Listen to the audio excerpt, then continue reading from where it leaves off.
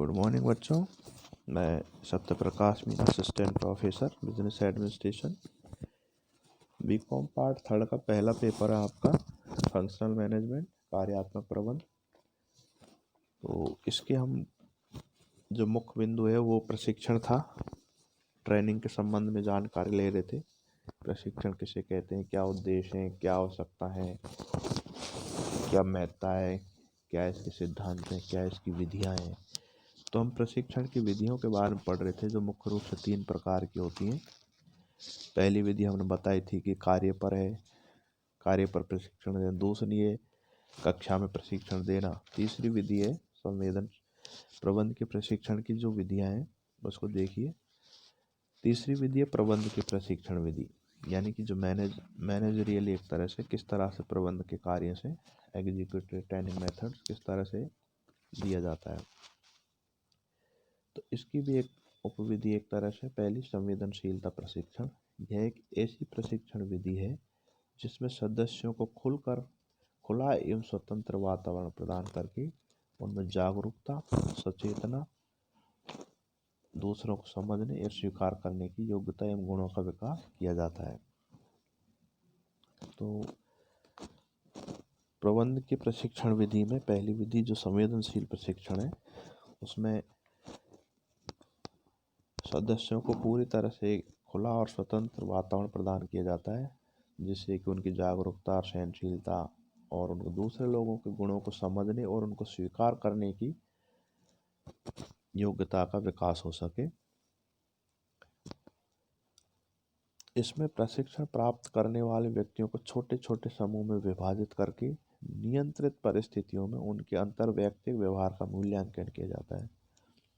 यानी जो ट्रेनी है उनके छोटे छोटे ग्रुप बना दिए जाते हैं और उन पर विशेष रूप से एक तरह से नियंत्रित परिस्थिति, यानी उनके सामने एक कंट्रोल सिचुएशन रख दी जाती है, जिसमें उनके अंतर्वैयक्तिक व्यवहार का मूल्यांकन किया जाता है कि उन परिस्थितियों में किस तरह का व्यवहार करते हैं, किस तरह की सेंसिटिविटी दिखाते हैं, नकारात्मकता दिखाते हैं, सकारात्मकता, या उनका साहस दिखाते हैं, या फिर वो एक तरह से उद्वेलित हो जाते हैं या धैर्य की। तो इस तरह की परिस्थितियों में उनको अंतर्वैयक्तिक व्यवहार का उनका मूल्यांकन किया जाता है। प्रत्येक व्यक्ति को अपने व्यवहार तथा दूसरों पर उसके पड़ने वाले प्रभाव का ज्ञान करा जाता है। वहाँ उस समय उनको जो ट्रेनिंग ले रहे हैं उनके प्रत्येक के व्यवहार, उनका जो बिहेवियर है उसको एनालिसिस करते हैं, और उस व्यवहार का जो साथी लोग हैं या दूसरे लोग हैं जो उसके संपर्क में रहते हैं उनके ज्ञान पर पड़ने वाला प्रभाव, यानी कि उनकी सेंसिटिविटी से वो किस तरह से प्रभावित होते हैं, नकारात्मक रूप में लेते हैं या सकारात्मक लेते हैं, या संस्था के हित में वो प्रभावित होते हैं। तो इस तरह से उनके व्यवहार का और अंतर्व्यक्तिक का मूल्यांकन किया जाता है। इस विधि से वे व्यक्तिगत संबंधों में सुधार ला सकते हैं। जो वहाँ जो इंस्ट्रक्टर होता है, दिशा निर्देशक होता है, वो उनको इस बात का भी एहसास करवाता है कि यहाँ त्रुटि हुई है, यहाँ असंगतता है, यहाँ भूल हुई है। तो इस प्रकार से, और जो उनमें सकारात्मकता है उसकी प्रशंसा भी करके उनकी क्षमता और योग्यताओं को निखारता है और बढ़ाता है। तो उनके इस तरह से व्यक्तिगत संबंधों में भी सुधार लाते हैं। इसी की एक दूसरी विधि है प्रसंग विधि। तो प्रसंग विधि में विषय विशेषज्ञ प्रशिक्षणार्थियों को घटनाओं का विवरण दिया जाता है, यानी कि जो प्रशिक्षणार्थी होने उनको कोई विषय विशेषज्ञ प्रशिक्षक जो होता है वो घटनाओं का विवरण देता है और उससे एक समस्या का हल पूछता है। प्रशिक्षणार्थी इस घटना के तथ्यों के आधार पर समस्या का समाधान करते हैं। उसके बाद प्रशिक्षक स्वयं भी इसका एक समाधान हल प्रस्तुत करता है। प्रशिक्षणार्थी इस समाधान के आधार पर अपने समाधान का मूल्यांकन करके अपनी कमियों को दूर करते हैं।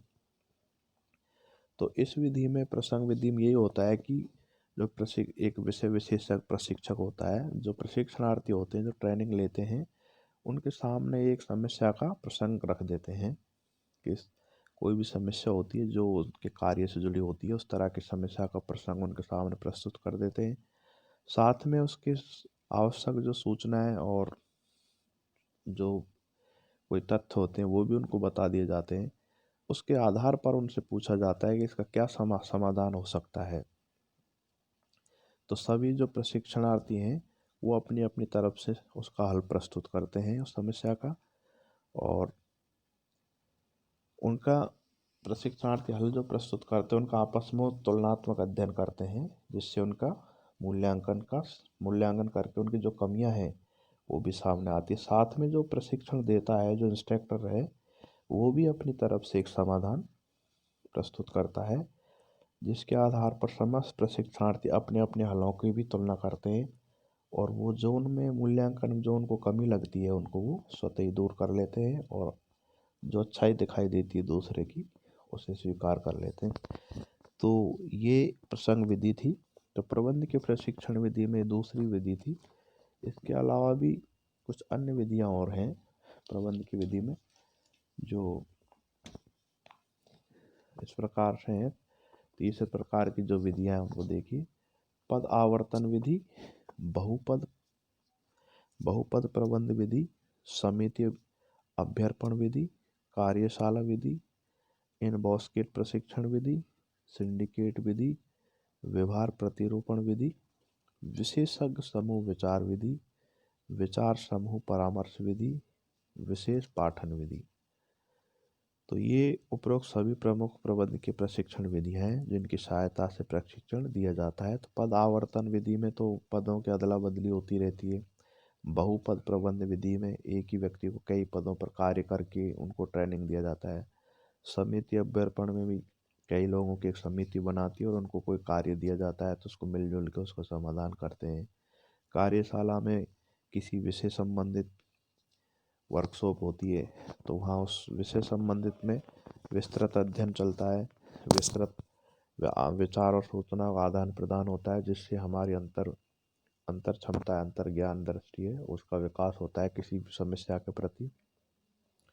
इनबॉस्केट प्रशिक्षण में भी किसी विशेष समस्या की पर्ची डाल दी जाती है और उनके आधार पर उनका समाधान निकाल के करते हैं। सिंडिकेट में भी ग्रुप बना करके एक तरह से उनके सामने कोई समस्या रख दी जाती है जिसका वो अपने विचार विमर्श समाधान करते। व्यवहार प्रतिरूपण विधि एक दूसरे के व्यवहार को देख करके उनके प्रतिरूपों को चेंज करके स्वीकार करते हैं, जो सही लगता है कि इसके व्यवहार में एक खासियत है तो उसे स्वीकार करते हैं।